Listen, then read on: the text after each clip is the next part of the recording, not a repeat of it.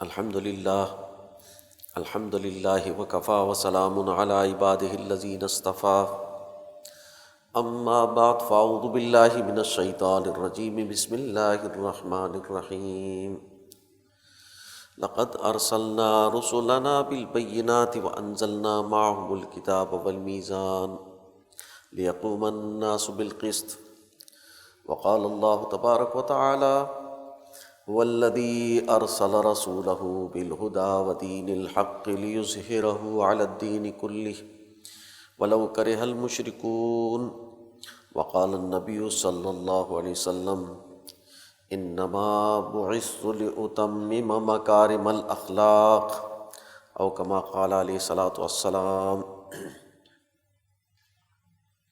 میرے محترم دوستو، آج سے دورہ تفسیر کا آغاز ہے۔ الحمدللہ 17 روزہ دورہ تفسیر ہمارے ہاں ہوتا ہے، اور اس میں ہم 3 سالوں میں قرآن مجید کی تکمیل کرتے ہیں۔ 3 سال پہلے جو ہم نے قرآن حکیم کا آغاز کیا تھا 10 پاروں کا، اس مرتبہ اس کی تکمیل ہوگی انشاءاللہ۔ یہ دورہ تفسیر کچھ امتیازی خصوصیات رکھتا ہے۔ قرآن حکیم ایک مربوط کلام ہے۔ حضرت الامام شاہ ولی اللہ دہلوی رحمۃ اللہ علیہ فرماتے ہیں کہ قرآن الحمد سے لے کر والناس تک ایک مربوط کلام اور پیغام ہے، اور اس کی ہر صورت اپنے بندوں کے نام خط ہے۔ گویا قرآن حکیم اللہ تعالیٰ کے اپنے بندوں کے نام 114 خطوط ہیں، 114 صورتیں ہیں۔ امام انقلاب مولانا عبید اللہ سندھی فرماتے ہیں کہ ہر صورت کا آغاز اور اس کا اختتام وہ اس کی چابی ہے۔ جب کوئی خط لکھتا ہے تو اس کا ایک سرنامہ ہوتا ہے جس میں اپنے مضمون کو بیان کیا جاتا ہے، پھر خط میں اس کے دلائل ہوتے ہیں، مختلف واقعات مثالوں سے سمجھانا ہوتا ہے، اور پھر آخر میں اس کا نچوڑ اور خلاصہ اور حتمی پیغام دیا جاتا ہے۔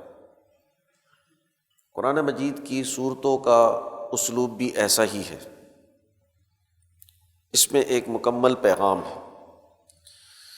امام انقلاب مولانا عبید اللہ سندھی فرماتے ہیں کہ جو لمبی لمبی صورتیں ہیں اس میں مضامین اور اصطلاحات، قرآن کی جو اصطلاحات ہیں اس کی وضاحت ذرا مشکل ہوتی ہے، اس لیے چھوٹی صورتوں میں قرآن کی اصطلاحات کو متعین کر دیا گیا۔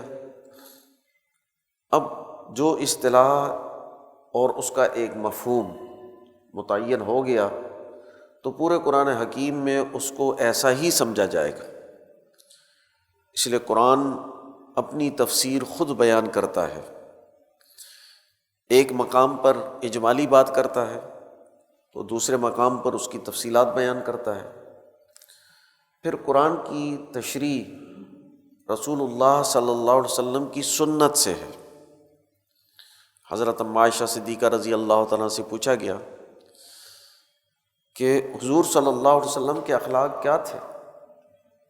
تو آپ نے فرمایا، کیا تم نے قرآن نہیں پڑھا؟ جو کچھ قرآن حکیم میں ہے وہی رسول اللہ صلی اللہ علیہ وسلم کے اخلاق ہے۔ گویا قرآن کا ایک عملی مکمل اکمل نمونہ رسول اللہ صلی اللہ علیہ وسلم کا اسوہ اور جماعت صحابہ کی زندگی ہے۔ اس لیے قرآن حکیم سے رسول اللہ صلی اللہ علیہ وسلم کے اسوے کو اور جماعت صحابہ کی اجتماعی زندگی اور خلافت راشدہ کو کاٹ کر نہیں سمجھا جا سکتا۔ قرآن کے مضامین کو حضور صلی اللہ علیہ وسلم نے کیا سمجھا، اس کے مطابق عمل کیا، اور صحابہ کو کیا سمجھایا، صحابہ نے کیا سمجھا، اور اس کے مطابق انہوں نے اپنا اجتماعی نظام قائم کیا، اجتماعی فیصلے کیے، وہ قرآن کی تعبیر و تشریح ہے۔ اس لیے قرآن حکیم کا جب نزول ہوا، قرآن حکیم کچھ کم 23 سال کے عرصے میں نازل ہوا۔ یہ کچھ کم 23 سال کے عرصے میں کیوں نازل ہوا، یکبارگی میں کیوں نازل نہیں ہوا؟ اس کی وجہ یہ ہے کہ اس کے پس منظر میں کچھ واقعات ہوتے رہے، کچھ سوالات تھے جس کا جواب قرآن حکیم نے دیا، کچھ واقعات ہوئے، ان واقعات کی وضاحت قرآن حکیم نے کی، کچھ ایسا واقعہ ہوا جس پر قرآن حکیم نے اس کی تردید کی، اس کا رد کیا، اس کو غلط بتایا، کچھ قوانین اور روایات اس سوسائٹی کی ایسی تھی کہ جس کو تبدیل کرنے کی ضرورت تھی، اس سے لوگ پریشان تھے، ان واقعات کے تناظر میں وہ قوانین تبدیل کیے گئے اور نئے قوانین نازل ہوئے۔ تو اس کا ایک شان نزول ہے۔ یہ جو پس منظر ہے جس میں قرآن حکیم کا نزول ہو رہا ہے، جو واقعات، شواہد، حالات اس کے بیک گراؤنڈ میں ہے، اس کو شان نزول کہتے ہیں۔ یہ قرآن کی آیت وہ کس پس منظر میں نازل ہوئی، یہ جو شان نزول ہے، اس سے آیت کا درست مفہوم صحیح تناظر میں سمجھنے میں مدد ملتی ہے۔ اب یہاں پر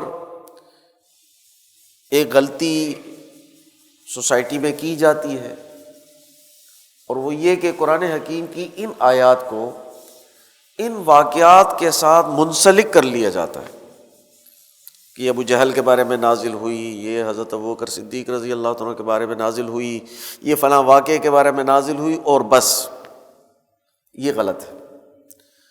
یہ نازل تو اس پس منظر میں ہوئی ہے، لیکن اس پس منظر میں جو حالات تھے اس میں قرآن حکیم نے کیا رہنمائی دی، کیا اصول دیے، کون سے قاعدے ضابطے بتلائے، کن چیزوں سے منع کیا، کون سے اخلاق سکھائے، سسٹم کا کون سا قانون نازل ہوا، ہمیں اس میں سمجھنے میں آسانی رہتی ہے، اور ہم سمجھ جاتے ہیں کہ یہ اس کا مفہوم یہ ہے، اس لیے قرآن کا کوئی خود ساختہ مفہوم نہیں کیا جا سکتا۔ تو اس مفہوم کو سمجھنے میں پس منظر اور وہ حالات وہ ضروری ہے کہ سمجھے جائیں۔ اب یہ پس منظر اور حالات مکہ کی سوسائٹی میں ہوئے، مدینہ کی سوسائٹی میں ہوئے۔ جو حالات مکہ کی سوسائٹی میں آئے حضور صلی اللہ علیہ وسلم کی ہجرت سے پہلے، ان صورتوں کو مکی صورتیں قرار دیا کہ یہ مکی صورتیں ہیں، اور جو رسول اللہ صلی اللہ علیہ وسلم کی ہجرت کے بعد اور ریاست مدینہ کے قیام کے بعد نازل ہوئی، اس کو مدنی صورتیں کہا گیا۔ اب ہم دیکھتے ہیں کہ ان دو صورتوں میں واضح طور پر فرق ہے۔ جو مکی صورتیں ہیں اس میں بنیادی عقائد، بنیادی اصول، انسانی سوسائٹی میں ظلم کے نقصانات، عدل کے قیام کی اہمیت، قوموں کی ہلاکت، اس کے واقعات، اصولی باتیں کی گئی ہیں، اور اصولی واقعات یہاں پر جو ہے وہ بتلائے گئے ہیں۔ لیکن جو مدنی صورتیں ہیں اس میں ہم دیکھتے ہیں کہ احکامات ہیں، چونکہ اب ایک نظام قائم ہو گیا، تو اس نظام کو قائم کرنے کے لیے معاشی، سیاسی، سماجی، اجتماعی، آئلی قوانین کی ضرورت ہے، تفصیل سے عبادات اور احکامات کی ضرورت ہے۔ وہ تمام تفصیلات جو ہے وہ مدنی صورتوں میں زیادہ تر نازل ہوئے۔ مکی صورتوں میں عبادات وغیرہ کے کچھ احکامات تو ہے، لیکن سماجی احکامات زیادہ تر وہ مدینہ منورہ میں نازل ہوئے۔ تو یہ دونوں فرق بھی معلوم ہوتے ہیں، اور یہی وجہ ہے کہ قرآن کی ان صورتوں کو مکی اور مدنی قرار دیا گیا۔ بھلا سوچیں کہ قرآن کا مکی مدنی سے کیا تعلق؟ قرآن تو اللہ کا کلام ہے، لوح محفوظ سے نازل ہوا، حضور صلی اللہ علیہ وسلم کے قلب اطہر پر، اور انسانی سوسائٹی کی ہدایت کا باعث بنا، تو وہ مکی اور مدنی کیوں ہے؟ یہ اس پس منظر کی وجہ سے ہے کہ جس کو ہم شان نزول کہتے ہیں، کہ یہ آیتیں کب نازل ہوئی اور کس پس منظر میں نازل ہوئی۔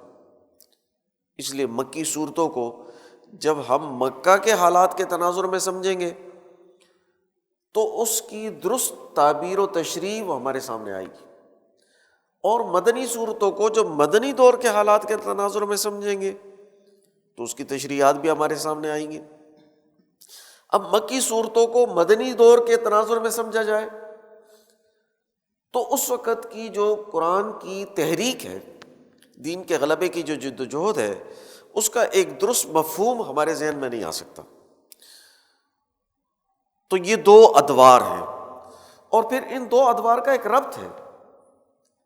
قرآن جس کی ضرورت تھی وہ مکہ میں نازل ہوا، اور پھر اسی کی بنیاد پر مدینہ منورہ میں ریاست قائم ہوئی، اور اس ریاست کے احکامات کے لیے جن جن آیات اور سور کی ضرورت تھی قرآن نے وہ صورتیں نازل فرمائی۔ تو اب ان دو ادوار کو الگ نہیں کر سکتے، اس لیے مربوط طور پر سمجھیں گے کہ مکی دور کے تقاضے کیا ہیں، جب سوسائٹی میں نظام قائم نہیں ہے، اور جب ایک نظام قائم ہوا تو اس کے تقاضے کیا ہوں گے، اس کے احکامات کیا ہوں گے۔ یہ اب حضور صلی اللہ علیہ وسلم کی سیرت، آپ صلی اللہ علیہ وسلم کی تحریک، اس کے بغیر نہیں سمجھا جا سکتا۔ اور آپ صلی اللہ علیہ وسلم کی سیرت اور اسوہ وہ جڑا ہوا ہے جماعت صحابہ کے ساتھ، کیونکہ آپ نے اکیلے کوئی کام نہیں کیا، جماعت کے ساتھ مل کر کیا۔ آپ نے جماعت کی تشکیل کی اور جماعت کو اپنا اعلی کار بنا کر سوسائٹی میں دین کو غالب کیا۔ اب اس وقت کے حالات کیا تھے کہ دو قوتیں بین الاقوامی سطح پر غالب تھیں، قیصر روم اور کسریٰ ایران۔ ان کا سسٹم اباحت کا تھا کہ ہر چیز کو مباح اور جائز سمجھتے تھے، وہ کسی شریعت، قانون اور سسٹم کے پابند نہیں تھے۔ حکمران اپنے مفاد کے لیے جو قانون چاہتے بنا لیتے، خواہشات پر ان کا نظام قائم تھا۔ اسی طرح مکہ مکرمہ میں، عرب میں ابو جہل کی حکمرانی تھی جو ظلم پر قائم تھی۔ اب یہ پس منظر بھی ہمارے سامنے ہو کہ اس مکہ کو آباد کرنے والے تو حضرت ابراہیم علیہ السلام، حضرت بی بی ہاجرہ، حضرت اسماعیل علیہ السلام یہ ہیں۔ تو یہاں پر بنیادی طور پر تو ملت ابراہیمی قائم تھی، اس لیے ملت ابراہیمی کے بہت سارے احکامات وہ اس سوسائٹی میں موجود تھے، اور قرآن حکیم نے ان کو قائم رکھا۔ جیسے شاعر اللہ کی عظمت ہے، بیت اللہ کی عظمت ہے، اور حرم مکہ جس کو حضرت ابراہیم علیہ السلام نے حرم بنایا، حرم مدینہ جس کو رسول اللہ صلی اللہ علیہ وسلم نے حرم بنایا، اور وہاں پر صفا مروہ جو شعائر اللہ میں سے ہیں، ان سب کی تعظیم کرنا، یعنی یہ پہلے سے یہ تعظیم اس سوسائٹی میں پہلے سے موجود تھی۔ قرآن حکیم نے اس تعظیم کو قائم رکھا، اس میں جو غلطیاں تھیں اس کو دور کر دیا۔ جیسے صفا اور مروہ پر انہوں نے بت رکھے تھے، اس کی تعریف کرتے تھے، اس کی بڑائی بیان کرتے تھے، تو حکم دیا کہ اللہ کی بڑائی بیان کرو، اللہ تعالیٰ سے تعلق پیدا کر کے اللہ کی عظمت اپنے دل میں پیدا کرو، دعا کرو، مناجات کرو۔ تو وہاں پر اللہ کی عظمت اور بڑائی بیان کرنا وہ بتلایا، بت پرستی کا عمل اس کو ترک کر دیا۔ یا وہ ننگا طواف کرتے تھے تو اس کو ختم کیا کہ لباس میں طواف ہونا چاہیے، مہذب طریقے سے ہونا چاہیے، پاک صاف لباس ہونا چاہیے، اس کے آداب سکھلائے۔ تو پرانی جو چیزیں تھیں اس کو قائم رکھا، اور کچھ چیزیں وہ تھی جو عمرو ابن لحی اپنے ساتھ لے کر آیا تھا۔ عمرو ابن لحی تاجر تھا، وہ قبیلہ یہاں پر آ کر مکہ مکرمہ میں آباد ہوا، اور پھر اس نے دیکھا کہ کہیں بتوں کو سجدہ کیا جا رہا ہے، تو وہ بت اٹھا کر لے آیا، یہاں پر سجا دیا، اور پھر آہستہ آہستہ بت بڑھتے رہے، اور ایک بت پرستی کا عمل وہ شامل ہو گیا۔ ایسے ہی یہ قریشی لوگ وہ قیصر روم کے دربار میں جاتے تھے، شام جا کر وہاں تجارت کرتے تھے، حکمرانوں سے ان کا رشتہ ناتا ہوتا، ان کی مجلسوں میں شریک ہوتے، اور وہاں سے ناچ گانے، عیاشی اور تفاخر کا لباس پہننا، سونے چاندی کے برتنوں میں کھانا وہ سیکھ کر آ جاتے تھے۔ یمن میں جاتے تو وہاں ایرانی تہذیب کا جو اثر تھا، تجارت کے لیے جو لوگ آتے تھے تو ان سے وہ نئی نئی چیزیں سیکھ کر لے آ جاتے تھے۔ اس طرح مکہ مکرمہ یہ ان تہذیبوں کا ایک مرکز بنا، اور اس میں جو ایرانی کلچر ہے اس کی چیزیں بھی شامل ہو گئی، جو یورپ کا کلچر ہے اس کی چیزیں بھی شامل ہو گئی، اس میں وہ بت پرستی کا عمل بھی آ گیا، ملت حنیفیہ بھی قائم ہوئی۔ اس پورے پس منظر میں حضور صلی اللہ علیہ وسلم نے کون سے اقدامات کیے؟ ان اقدامات میں قرآن حکیم کے مفہوم کی وضاحت ہوتی ہے، اور اس سے ہمیں پتہ چلتا ہے کہ قرآن حکیم وہ کیا چاہتا ہے۔ اس لیے آپ دیکھیں کہ قرآن حکیم نے سوسائٹی میں ایک تبدیلی پیدا کی ہے۔ وہ تبدیلی کیا تھی کہ جب رسول اللہ صلی اللہ علیہ وسلم کو نبوت ملی، اس سے پہلے سوسائٹی کی حالت کیا تھی؟ ظلم تھا، طبقاتیت تھی، قبائلیت تھی، نسل اور نسب پر تفاخر تھا، انسانوں کا قتل عام تھا، شراب پی جاتی تھی، جوا کھیلا جاتا تھا، حرام کھایا جاتا تھا، یہ تمام چیزیں موجود تھی۔ انسانوں کو غلام بنایا جاتا تھا، باندیاں اور لوڈنیاں تھیں، ان کو ناچ گانے اور عیاشی کے لیے استعمال کرتے تھے۔ کچھ خاص لوگ وہ پوری سسٹم کے والی اور وارث بنے ہوئے تھے، اس کے حکمران بنے ہوئے تھے، اور علاقوں پر اور راستوں پر ان کی اجارہ داری تھی، بیت اللہ پر ان کا قبضہ تھا، مذہب پر ان کا قبضہ تھا، اور وہ جو روایت قائم کرتے وہی مذہب بن جاتا تھا۔ لیکن جب حضور صلی اللہ علیہ وسلم اس دنیا سے پردہ فرما گئے، تشریف لے گئے، تو اب سوسائٹی بالکل تبدیل ہے، سچائی کا غلبہ ہے، توحید قائم ہے۔ جو بھی ایرانی اثر سے، یورپ کے اثر سے اس سسٹم کے اندر بری چیزیں پیدا ہوئیں، اس کو صاف کر دیا۔ اسی طرح عربوں نے جو اپنی عیاشی کے لیے اور ظلم کے لیے قوانین اور اسباب بنائے تھے اس کو ختم کر دیا۔ ملت حنیفیہ کو ایک درست طور پر واضح کر کے آشکارا کر دیا، اور اس کی تفصیلات جو مرور زمانہ کے ساتھ کھو گئی تھی، لوگوں سے بھول گئی تھی، ان کو یاد دلایا، اور جو نئے احکامات کی ضرورت تھی، اس پر بین الاقوامی نظام قائم کرنے کی ضرورت تھی، وہ بین الاقوامی قوانین نازل کیے اور اس نظام کو قائم کیا۔ تو آپ دیکھیں کہ یہ ایک واضح فرق ہے، اور یہ فرق اوپر سے نیچے تک ہے۔ اس کا اثر حکومت پر بھی پڑا، حکومت کے ادارے بھی تبدیل ہوئے، اس کے نتیجے میں جو معاشرت بنی وہ بھی تبدیل ہوئی، خاندانی نظام بھی تبدیل ہوا، اور ہر فرد میں تبدیلی پیدا ہوئی۔ ہر فرد کی سوچ بدلی، اس کا علم بدلا، اس کا عمل بدلا، اس کا کردار بدلا، اس کے اخلاق بدلے۔ انسانی سوسائٹی کے مقاصد وہ بالکل تبدیل ہو گئے۔ اب یہ جو مقاصد تبدیل ہوئے ہیں، یہ کس اثر سے ہوئے؟ یہ قرآن حکیم کے نزول کے نتیجے میں ہوئے۔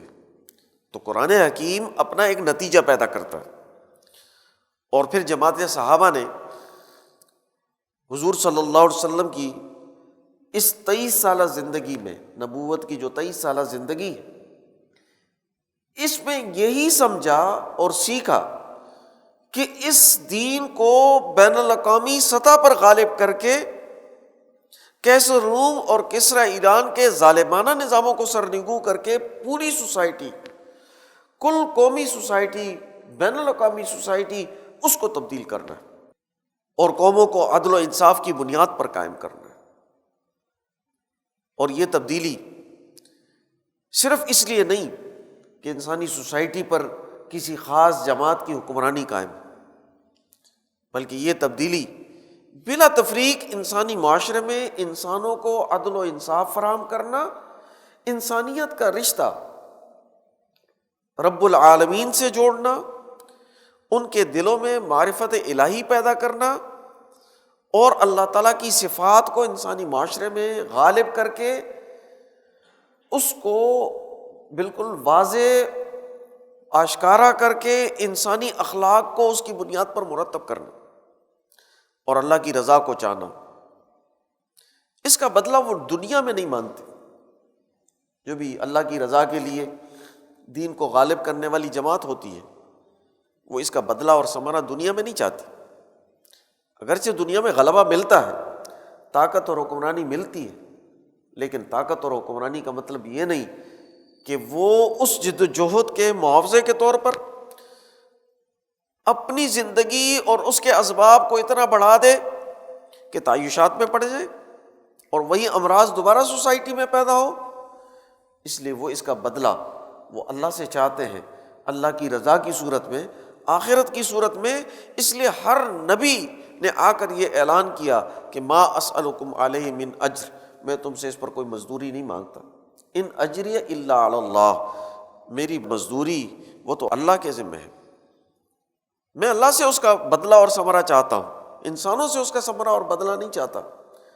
تو جو جماعت یہ جدوجہد کرتی ہے وہ دنیا میں اس کا بدلہ نہیں مانگتی، دنیا میں اس کا ثمرہ جو ہے وہ اپنی ذات یا اپنے خاندان یا اپنے جدے کی فلاح کے لیے نہیں چاہتی، بلکہ انسانیت کی فلاح چاہتی ہے۔ اور انسانیت کی فلاح کے لیے اس کا اصول ہوتا ہے کہ الخلق عیال اللہ، یہ ساری مخلوق اللہ کا کنبہ ہے۔ فأحب الخلق الی اللہ من احسن الی عیالہ، اللہ تعالیٰ کو اپنے مخلوق میں سے سب سے زیادہ وہ پسند ہے جو اس کے کنبے کی خیرخواہی کرے، جو اس کی جو ہے وہ مخلوق کی خیرخواہی کرے۔ اس لیے مخلوق کی خدمت اس لیے کی جاتی ہے کہ یہ الخلق عیال اللہ ہے۔ جب اللہ تعالیٰ نے اس کو عیال اللہ قرار دیا ہے، رسول اللہ صلی اللہ علیہ وسلم کی زبان پر یہ کلمات جاری فرمائے، حدیث قدسی میں یہ کلمات جاری فرمائے، یہ کلمات اسی لیے جاری فرمائے کہ مخلوق اور بندے کے درمیان جو ربط و تعلق ہے وہ ربط اور تعلق معلوم ہو جائے۔ اس لیے جو حق جماعت ہوتی ہے وہ دین کا غلبہ اللہ کی رضا کے لیے چاہتی ہے۔ گویا جب ہم قرآن حکیم کے مفاہیم کو سمجھیں گے تو ہمارے پیش نظر قرآن حکیم کا مجموعہ یعنی الحمد سے لے کر والناس تک پورا قرآن ہونا چاہیے، کیونکہ قرآن ایک جگہ مختصر بات کرتا ہے تو دوسری جگہ اس کی تشریح کرتا ہے، قرآن خود اپنی تشریح خود کرتا ہے۔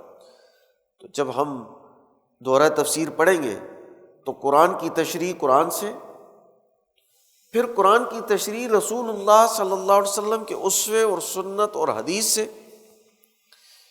اور پھر اس کی تعبیر و تشریح جماعت صحابہ سے، اس وقت کے حالات کے پس منظر میں سمجھ کر جو نتائج اس وقت میں اس جماعت نے رسول اللہ صلی اللہ علیہ وسلم اور آپ کی جماعت نے پیدا کیے، وہ نتائج اور اثرات قرآن حکیم کے ہر دور میں ہونے چاہیے۔ امام انقلاب مولانا عبید اللہ سندھی فرماتے ہیں کہ یہ قرآن حکیم جو ہے یہ کوئی مردہ کلام نہیں ہے، یہ تو زندہ کلام ہے۔ اس لیے یہ زندہ کلام ہر دور میں رہنمائی کرتا ہے اور ہر دور میں ایک نتیجہ مرتب کرتا ہے۔ آج اگر مسلمانوں کی زندگیوں پر اس کا اثر نہیں مرتب ہو رہا تو اس کا مطلب یہ ہے کہ قرآن کی جو تعبیر و تشریح جس درست تناظر میں سمجھنے کی ضرورت تھی وہ نہیں سمجھ پا رہے۔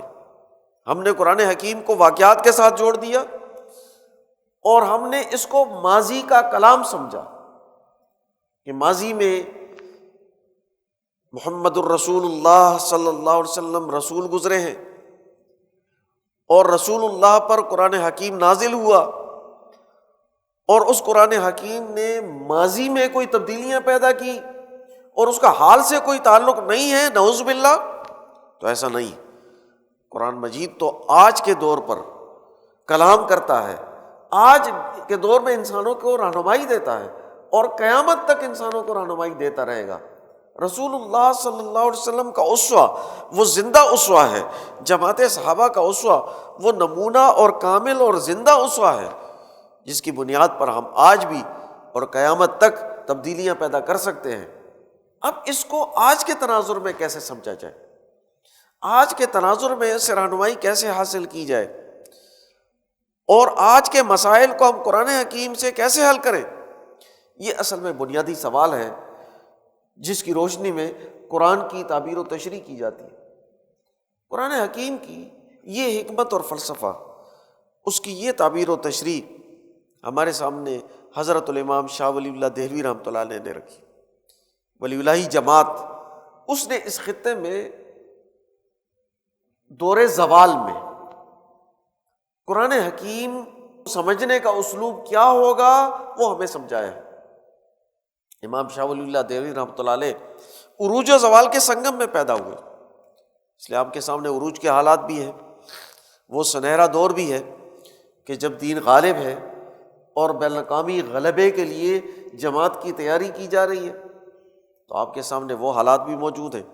اور پھر وہ حالات کہ جب انسانی معاشرہ انحطاط کا شکار ہے، حکمران عیاش ہو گئے اور پھر ہم غلامی کی طرف دھکیلے جانے لگے، تو وہ جو ابتدائی حالات غلامی کے ہیں وہ بھی آپ کے سامنے آ چکے ہیں۔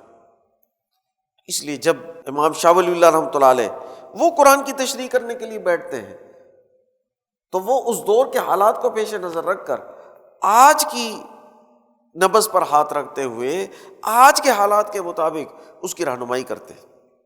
اب دور حاضر میں قرآن کی سمجھ اور عقل کیسے پیدا ہوگی، اس کو سمجھانے کے لیے حضرت امام شاہ ولی اللہ دہلوی رحمۃ اللہ علیہ نے الفوز الکبیر، اصول تفسیر پر الفوز الکبیر لکھی، الفوز الکبیر فی اصول التفسیر، اور اس میں اس کے اصول متعین کیے۔ اصول تفسیر پر، علوم قرآن پر تو بہت ساری کتابیں لکھی گئی، لیکن خاص تفسیر پر جو کتاب لکھی گئی وہ حضرت الامام شاہ ولی اللہ دہلوی رحمۃ اللہ علیہ کا یہ کتابچہ ہے، جس میں پورے قرآن کے مضامین کو جمع کر دیا گیا۔ اس کے مضامین وہ اس میں سموئے گئے کہ ہم کس تناظر میں قرآن کی آیات کو سمجھیں اور قرآن کو کس تناظر میں پڑھیں جس سے ہم درست نتیجہ اخذ کر سکیں، اور قرآن کی مختلف آیات وہ اپنا بیان کس اسلوب میں بیان کرتے ہیں۔ چنانچہ آپ اگر اس کتاب کا ایک پوائنٹ وہ سامنے رکھیں تو وہ مضامین خمسہ ہے، جس کو عام طور پر علوم خمسہ بھی کہا جاتا ہے۔ تو مضامین خمسہ جو ہے کہ قرآن وہ 5 مضامین سے باہر کوئی بات نہیں بیان کرتا۔ امام شاہ ولی اللہ دہلوی رحمۃ اللہ علیہ نے پورے قرآن کا مطالعہ کیا اور پھر یہ بتلایا کہ قرآن کی جتنی بھی آیات ہیں وہ ان 5 مضامین سے باہر نہیں۔ نمبر 1، علم الاحکام۔ قرآن مجید نے کل قومی سوسائٹی کو قائم کرنے کے بنیادی احکام و اصول دیے۔ حضرت الامام شاہ ولی اللہ فرماتے ہیں کہ حضرت ابراہیم علیہ السلام پر احکام عشرہ نازل ہوئے، ملت حنیفیہ کی جو بنیاد ہے وہ احکام عشرہ پر ہے، 10 احکامات۔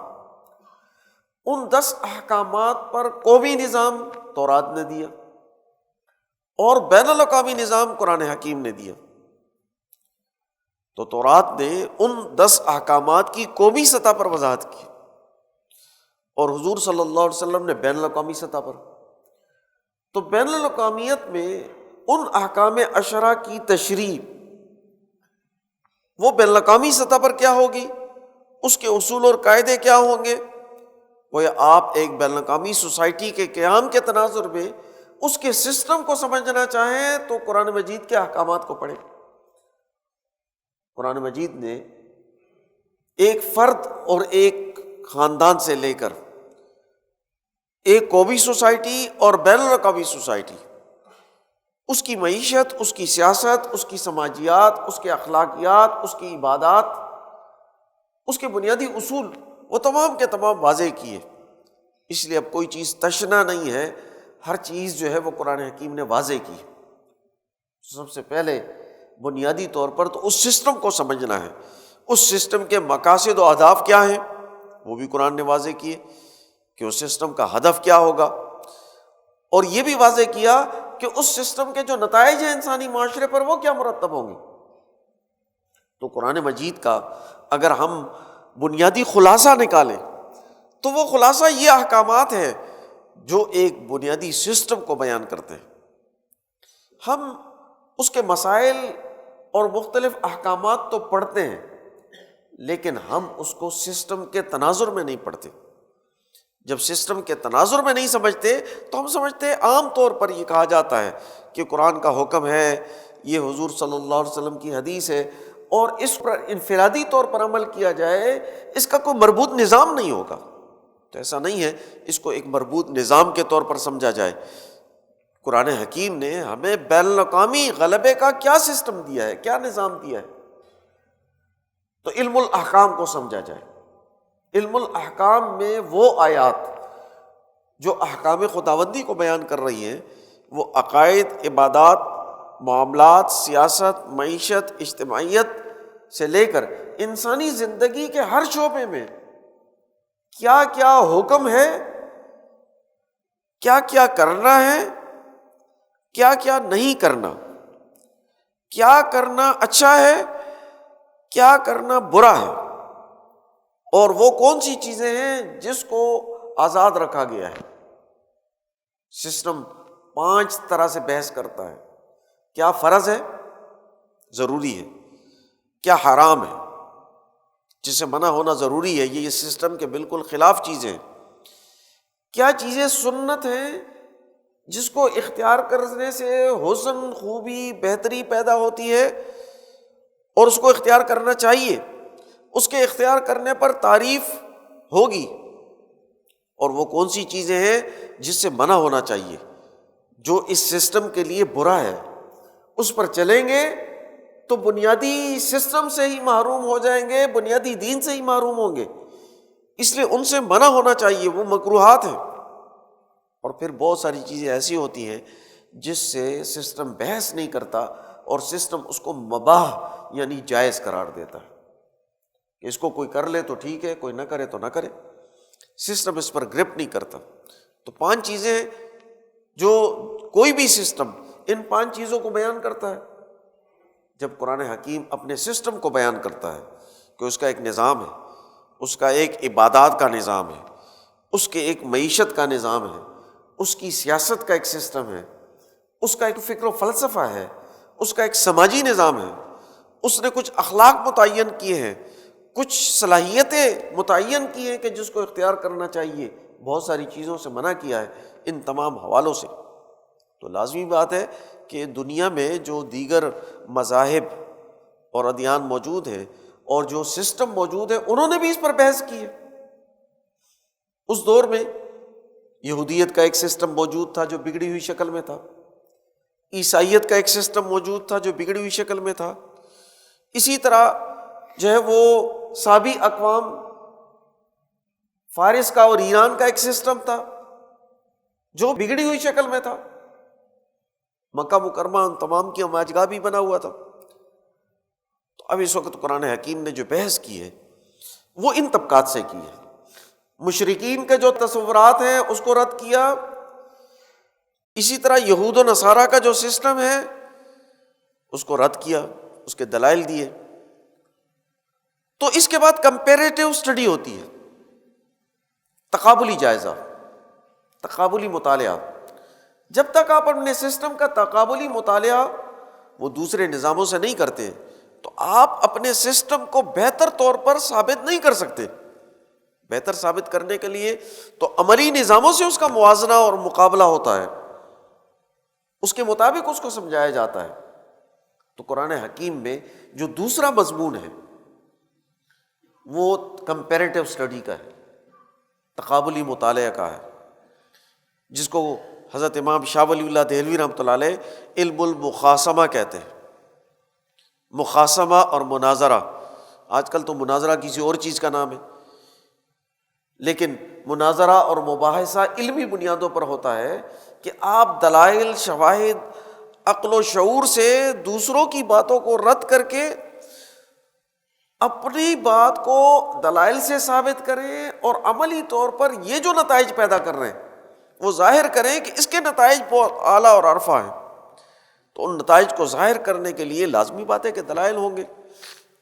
تو قرآن حکیم کا ایک حصہ اس پر مشتمل ہے کہ یہودیت کے اندر امراض کیا تھے، عیسائیت کے اندر امراض کیا تھے، مشرکین کے اندر امراض کیا تھے، ان کی سوسائٹیوں کی خرابیاں کیا تھیں، وہ کیوں ناکام ہوئے، اور اسلام ان کے پیچھے جو غلط تصورات ہیں وہ کیا ہیں، ان تصورات کو رد کیا جائے۔ تو آج کے دور میں جو سسٹم قائم ہے وہ کیپٹلزم اور سوشلزم ہے۔ اب جب تک قرآنی دلائل کو، قرآن کی معیشت، قرآن کی سیاست، قرآن کی سماجیات، قرآن کے فکر و فلسفے، اس کو کیپٹلزم اور سوشلزم کے مقابلے میں دلائل، شواہد، عقل و شعور، مثالوں کی بنیاد پر اعلیٰ اور عرفہ ثابت نہ کیا جائے تو دین سوسائٹی میں غالب نہیں ہو سکتا۔ دین تبھی غالب ہوگا جب لوگ اس کو باقی سسٹموں سے بہتر سمجھیں گے۔ اگر باقی نظاموں سے اس کو بہتر نہیں سمجھا جاتا اور وہ مسائل جو ان نظاموں میں موجود ہیں، جب آپ ان نظاموں کی اسٹڈی کریں گے تو لوگ پریشان ہوں گے۔ ان کی پریشانی کی مختلف جہتیں ہوں گی، کچھ معاشی حوالوں سے پریشان ہوں گے، کچھ سیاسی فیصلوں سے پریشان ہوں گے، کچھ عدالتی سسٹم کی جو ہے وہ کمزوریاں ہوں گی، ان کمزوریوں کی وجہ سے پریشان ہوں گے، کچھ سماجی طور پر انسان کی فطرت کے ایک رخ کو تو دیکھیں گے، دوسرے رخ کو پریشان کریں گے۔ اس کو حیوان سمجھ کر ٹریٹ کیا جائے گا، اس کو انسان سمجھ کر ٹریٹ نہیں کیا جائے گا، اس کو مشین سمجھ کر ٹریٹ کیا جائے تو انسان کو سکون اور اطمینان نہیں مل سکتا۔ لازمی بات ہے کہ پریشانی پیدا ہوگی۔ اب اس پریشانی کو دور کیسے کیا جائے؟ اس کے لیے جو سسٹم ہے وہ دین اسلام کا ہے، جس کو علم الاحکام میں بیان کر دی۔ اب اس کو اس پر واضح کرنا کہ اسلام کا نظام وہ اعلیٰ ترین ہے، بہتر ترین ہے، تو یہ ضروری ہے۔ اس لیے قرآن حکیم نے پچھلے جو نظام تھے اور موجودہ اس دور میں جو سسٹم تھے اس کا موازنہ کیا، ان پر ڈسکشن کی، ان کے پس منظر کو بیان کیا اور پس منظر کو بیان کر کے اس کا حل دیا۔ تو ضروری ہے کہ آج قرآن حکیم کو بھی کیپٹلزم، سوشلزم اور آج کے دور میں جو قائم سسٹم ہے ان کو پیش نظر رکھ کر واضح کیا جائے۔ اگر ہم قرآن کو بطور سسٹم کے واضح نہیں کرتے تو پھر قرآن غالب نہیں ہو سکتا۔ غلبہ تو تب ہوگا کہ آج جو غالب سسٹم ہے کیپٹلزم اور سوشلزم، آپ اس کی حقیقت کو جانتے ہو اور اس کی خرابیاں آپ کو معلوم ہو، اور پھر اس کا توڑ قرآن حکیم سے آپ دے سکتے ہو، اس کے دلائل دے سکتے ہو، تو تب تو قرآن عملی قرآن ہے، ورنہ تو ماضی کا قرآن ہوگا جو ماضی میں نازل ہوا، جس کا آج کے دور سے کوئی تعلق نہیں۔ تو آج کے دور کی سوسائٹی میں تبدیلی کی ضرورت ہے۔ آج کی سائنس، آج کا فکر و فلسفہ، آج کے معاشی سیاسی نظام، ان کو پیش نظر رکھ کر قرآن کیا رہنمائی دیتا ہے، اس پاکستان کی سوسائٹی کو دیکھ کر قرآن حکیم کی رہنمائی کیا ہوگی، جب تک ہم اس تناظر میں اس کو نہیں سمجھے تو قرآن کے حقیقی نتائج اور اثرات وہ انسانی معاشروں پر نہیں پڑ سکتے، اور وہ جماعت نہیں پیدا ہو سکتی جو جماعت سوسائٹی میں تبدیلی پیدا کرے گی۔ پھر اس کے بعد 3 تذکیرات ہیں، 3 علوم اور قرآن نے بیان کیے ہیں۔ نمبر 1، اپنے فکر کو ان دلائل سے آشکارا کرنا کہ جو اللہ تعالیٰ نے انسانی سوسائٹی میں انسانوں پر انعامات کیے وہ کیا ہے، اور ان انعامات کی ہمگیریت، عالمگیریت اور ہمگیریت کیا ہے، اور انسان جتنا بھی ترقی کر جائے ان انعامات کا شکر نہیں ادا کر سکتا۔ تو وہ جو انعامات الہی ہیں اس کا تذکرہ۔ اچھا، یہ جو انعامات الہی ہیں اس کا تذکرہ کیوں کیا جاتا ہے؟ اس لیے کہ اسلام کا بنیادی مقصد یہ ہے کہ انسانیت کو اللہ سے جوڑا جائے، معرفت الہی حاصل ہو، انسانوں کے دل و دماغ میں جو اللہ تعالیٰ کے بارے میں غلط خیالات ہیں وہ چھٹ جائیں، اور اللہ تعالیٰ کا درست تعارف اس کی ذات و صفات کا ہو، اور انسانیت ان راستوں کو تلاش کر لے جس کے نتیجے میں وہ اللہ تعالیٰ سے محبت پیدا کرے، اللہ سے تعلق پیدا کرے، اور اللہ تعالیٰ کے حکم کے مطابق انسانی معاشرے میں وہ کردار ادا کریں جس سے اللہ تعالیٰ کی صفات آشکارا ہوں اور اس کا یہ مظہر بن جائے۔ تو ضروری ہے کہ اس رب العالمین کے جو انعامات ہیں اس کو یاد کیا جائے، اس رب العالمین سے جوڑا جائے۔ ایک دوسرے تناظر میں بھی اس کو سمجھ سکتے ہیں۔ اس وقت میں یا ہر دور میں جب دین اپنے غلبے کا پروگرام دیتا ہے تو اس کے سامنے دو قسم کے لوگ ہوتے ہیں. ایک وہ جو اللہ تعالیٰ کی توحید باری تعالیٰ کا انکار کرتے ہیں، لادینیت پر ہیں یا شرک پر مبنی ہیں، یہ ادھورا تعارف ہے، یا اللہ تعالیٰ کے تعارف میں مکسنگ ہو گئی ہے بہت ساری چیزیں. عزیر ابن اللہ، عزیر کو علیہ السلام کو اللہ کا بیٹا بنا دیا، مسیح ابن اللہ، حضرت عیسیٰ علیہ السلام کو اللہ کا بیٹا بنا دیا، فرشتوں کو بیٹیاں بنا دیا. تو یہ مکسنگ ہے، اس تصور کو ختم کر دینا ہے، مکس کر دینا ہے. ٹھیک ہے. تو اب دو قسم کے، یا تو انکار کریں گے، تو اگر انکار کریں گے تو توحید کا اثبات ہونا چاہیے، اس کے دلائل ہونے چاہیے، رب العالمین سے تعلق ہونا چاہیے. اور اگر توحید باری تعالیٰ آسمانی مذاہب ہیں اور توحید باری تعالیٰ کا تعارف ہے لیکن غلط طریقے سے ہے، اس میں اپنی چیزیں ملا دی، غلط تعبیر و تشریح کر دی، حالات کے ساتھ ساتھ اس کے بنیادی تصور کو مسخ کر دیا، تو اب مسخ شدہ تصورات اس کو بھی ختم کر دیں، اور ختم کر کے رب العالمین سے جو انسانوں کا تعلق بنتا ہے اس کی ذات و صفات کو درست تناظر میں سمجھ کر اس سے اپنے رشتے اور نسبت کو جوڑنا، اپنے تعلق کو جوڑنا. اور یہ جو تعلق جوڑنا ہے وہ دو طرح سے ہوتا ہے. ایک تو انسان عقل و شعور سے سمجھ لے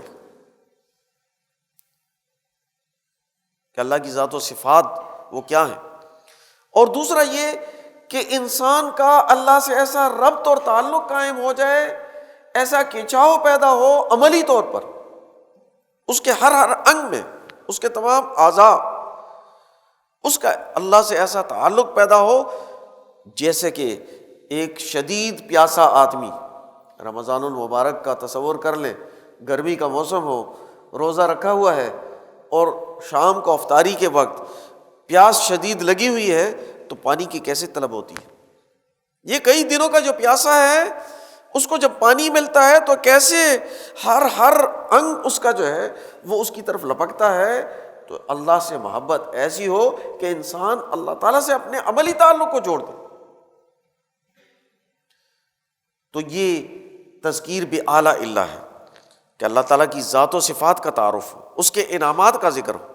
تو قرآن حکیم نے اپنے دلائل کو واضح کرنے کے لیے تیسرا علم یہ بیان کیا، تیسرا مضمون یہ بیان کیا کہ اللہ تعالیٰ کی نعمتیں بیان کی، اللہ تعالیٰ کی توحید اور ذات و صفات، اس کے دلائل دیے، اس کی وضاحت کی، اور قرآن کی بہت ساری آیتیں وہ اس پر مشتمل.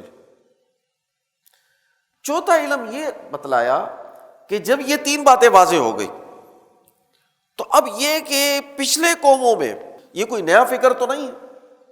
حضرت آدم علیہ السلام سے لے کر 1,24,000 انبیاء اسی دین کو لے کر آئے تھے، اور حضرت ابراہیم علیہ السلام کے بعد کی تاریخ تو تاریخی طور پر محفوظ ہے. تو قوموں میں عروج و زوال آیا. جب قوموں میں عروج و زوال آیا تو اس فکر کی تناظر میں کون سی قومیں کامیاب ہوئی، کون سی ناکام ہوئی، جنہوں نے اس فکر کو قبول کیا وہ کہاں کھڑی ہیں، اور جنہوں نے اس فکر کا انکار کیا وہ کہاں کھڑی ہیں. تو قوموں کا عروج و زوال، انسانیت کی تاریخ، اس کا مطالعہ کرنا. تو قرآن نے تاریخ کا مطالعہ بھی کروایا. اس لیے تاریخی واقعات اپنے اس فکر کو واضح کرنے کے لیے بیان کیے. اس لیے قرآن حکیم وہ اپنی تاریخ کو اس طور پر نہیں بیان کرتا کہ شروع سے لے کر آخر تک تاریخی سارے واقعات کو بیان کرے، اس لیے کہ کوئی تاریخ کی کتاب نہیں. قرآن حکیم تو انسانیت کو نصیحت دلانے، انسانیت کو رہنمائی دینے اور اس کا سسٹم دینے کی کتاب، انسانیت کو اللہ سے جوڑنے کا کلام.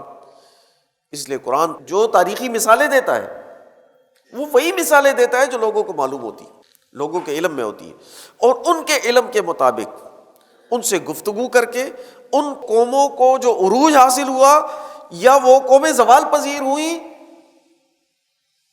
وہ ان کے سامنے واضح کر کے بتلاتا ہے کہ اگر اس فکر کو لے کر موسیٰ علیہ السلام کامیاب ہوتے ہیں، ابراہیم علیہ السلام کامیاب ہوتے ہیں، حضرت عیسیٰ علیہ السلام کامیاب ہوتے ہیں، تو اس کا مطلب ہے کہ قرآن حکیم کی تعلیمات بھی وہ ضرور کامیاب ہوں گی اور دین غالب ہوں، اس کے نتائج جو ہیں وہ ضرور پیدا ہوں گے. اس لیے یہی فطرت کا عکاس ہے، فطرت کو یہی کلام بیان کر رہا ہے.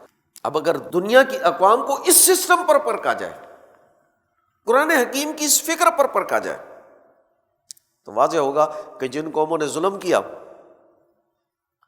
وہ دنیا میں بھی تباہ ہوئی، آخرت میں بھی تباہ ہوں گی۔ جنہوں نے عدل کو اختیار کیا، توحید باری تعالیٰ پر قائم رہی، انبیاء کا اتباع کیا، وہ دنیا میں بھی کامیاب ہوئی اور آخرت میں بھی کامیاب ہوگی۔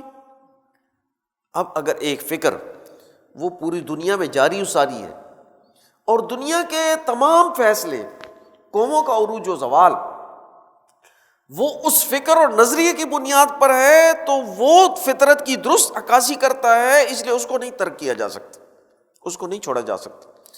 اس لیے وقتی حالات اگر کسی کے حق میں نہ بھی ہوں تو تب بھی ایک دوسرے نظریے پر قائم رہنا یہ اس کا لازمی تقاضا ہے۔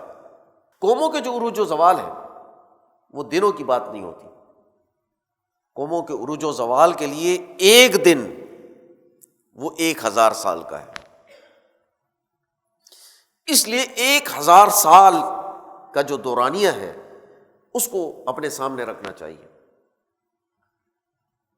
تو کم از کم 1000 سال 500 سال کے جو واقعات ہیں، دنوں کے واقعات کو نہیں دیکھا جاتا کہ کل یہ تھا تو آج کیوں نہیں ہوا، اس لیے سطحی سوچ نہیں ہوتی۔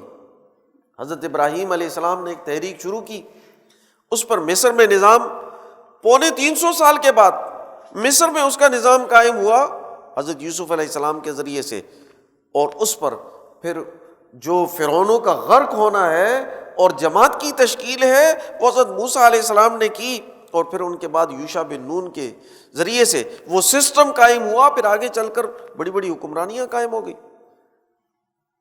حضرت داؤد علیہ السلام، حضرت سلیمان علیہ السلام، ان کی حکمرانیاں قائم ہوئی۔ حضرت عیسیٰ علیہ السلام کی جد و جہد ہوئی اور اس کے بعد ان کے حواریوں نے سسٹم قائم کیا۔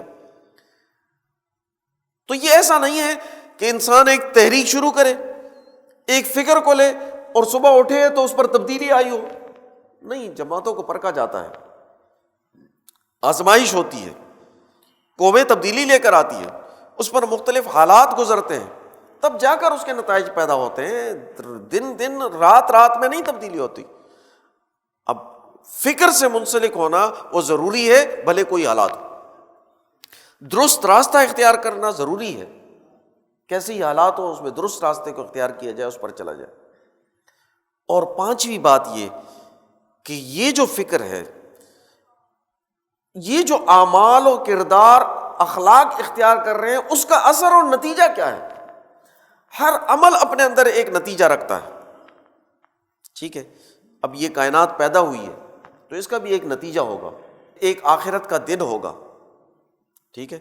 ایک نتیجے کا دن ہوگا، تو وہ نتیجے کا دن وہ ضروری ہے۔ دنیا میں دیکھتے ہیں کہ جو چیز بھی بنتی ہے، یہ مکان بنا تو پتہ چلا کہ اس کی ایک ڈیوریشن ہے، اس کے بعد یہ ختم ہو جائے گا۔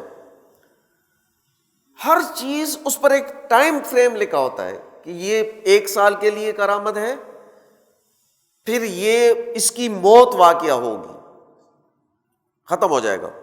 جب وہ چیز درم برم ہو تو موت واقعہ ہوگی نا۔ یہ بلڈنگ 50 سال تک رہے گی، 50 سال کے بعد یہ بلڈنگ قابل استعمال نہیں ہے، اس کی موت واقعہ ہوگی، اس کو گرا دو، نئی بلڈنگ بنا دو، ٹھیک ہے؟ تو جب ہر چیز کا ایک دورانیہ متعین ہے تو یہ جو کائنات پیدا ہوئی ہے تو اس کا بھی ایک دورانیہ ہوگا، یہ فار ایور نہیں۔ تو وہ جو دورانیہ ہے، اس دورانیہ کے نتائج سمجھنا کہ اس کے بعد کے نتائج کیا ہوتے ہیں، اس کے بعد اس سے جو نئی تخلیقات ہوتی ہیں وہ کیا ہوں گی۔ تو انسانی اعمال اس دنیا کے نیٹ ورک میں وہ کیا ہیں، اس کا اثر انسانی نسوے پر کیا پڑتا ہے، انسانی روح پر کیا پڑتا ہے، دنیا میں اس کے نتائج کیا پیدا ہوں گے، آخرت میں اس کے نتائج کیا پیدا ہوں گے، پھر یہ زندگی یہاں سے نکل کر جب اگلی زندگی میں منتقل ہوگی، آخرت میں منتقل ہوگی، تو اس کے نتائج اور اثرات اور ثمرات کیا ہوں گے۔ انسان کو ایک کلی نتیجہ کیسے ملے گا؟ تو تذکیر بالموت و بما بعد الموت۔ انسان سوچتا ہے کہ جب میں عمل کرتا ہوں تو میری تو تھوڑی سی زندگی ہے، 60-70 سال کے بعد مر جانا ہے، جب مر جاؤں گا تو پھر زندگی اگر یہاں بھی کمزور گزری، انسان جدوجہد کرتا، قربانی دیتا ہوا وہ زندگی گزارتا ہے، تو اس کے اثرات اگر دنیا میں ہی پیدا ہونے ہیں تو پھر تو مایوسی پیدا ہوگی اس لیے بتایا کہ نہیں، زندگی یہ تو زندگی کا ایک چھوٹا سا مرحلہ ہے، ایک بہت بڑا طویل مرحلہ جو ہے وہ آگے آنے والا ہے، اور وہ آخرت کا ہے، اور وہ مستقل ہے۔ جب آخرت کا اور مستقل ایک نتیجہ ہے تو اس آخرت اور مستقل نتیجے کو پیش نظر رکھنا چاہیے۔ دنیا دارالعمل ہے، دنیا دارالامتحان ہے۔ یہ ایسا ہی ہے جیسے امتحان حال میں کوئی بیٹھ کر پرچہ دے رہا ہے، تو پرچہ تو 3 گھنٹے کا ہوگا، 4 گھنٹے کا ہوگا، لیکن جو ڈگری ملتی ہے وہ زندگی بھر کام آتی، اس کے جو اثرات، جو سکلز حاصل ہوتے ہیں، جو بندہ پاس ہوتا ہے وہ زندگی بھر قائم رہتا ہے، وہ انسان سے جڑ جاتا ہے، ختم نہیں ہوتا۔